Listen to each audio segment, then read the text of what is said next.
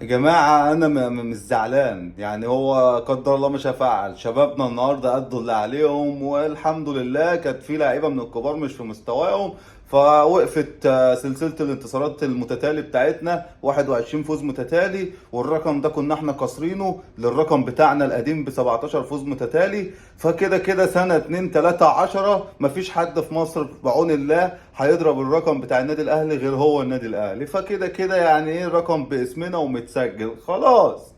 النهارده الاسيوطي كسب 1-0 بهدف مروان حمدي. انا ما زعلت، ما فرحتش ولا زعلت، يعني كسب خلاص، براحتك يا اسيوطي اكسب.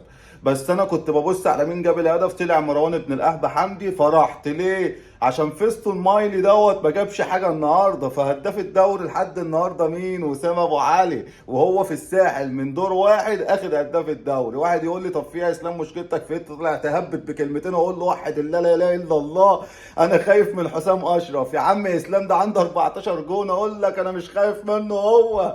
انا خايف اللي هو هيلعب قدام الزمالك وممكن يحرز سوبر هاتريك ويقلقنا. ما احنا ما فيش ثقه في الزمالك. فضحونا وجرحونا وخلونا مش شايفين قدامنا ومش واثقين في اي حد. الولا لو جاب سوبر هاتريك في الزمالك هتبقى فضيحه، وهيتاخد مننا اللقب. يا زمالك يا زمالك، عشان اكسب لك فيوتشر واحافظ لك على المركز الرابع، اعمل معايا واجب واعمل الصح. حسام اشرف ما يجيبش اهداف، لا هاتريك ولا سوبر هاتريك ولا جون حتى.